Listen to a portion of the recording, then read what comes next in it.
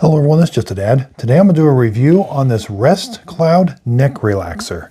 So here's what it looks like. It's kind of soft but kind of hard at the same time. It is made out of soft. It does feel soft, but then it's got some rigidity to it. And it does move a little bit. So you can use it both ways.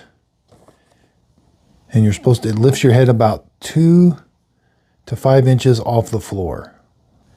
Now you're only supposed to use it for about 10 minutes and you're not supposed to use it as a pillow. Okay, so you can have it in both positions. Now it does feel kind of relaxing. Now I can also turn it the other way. And now your head kind of tilts back farther like that.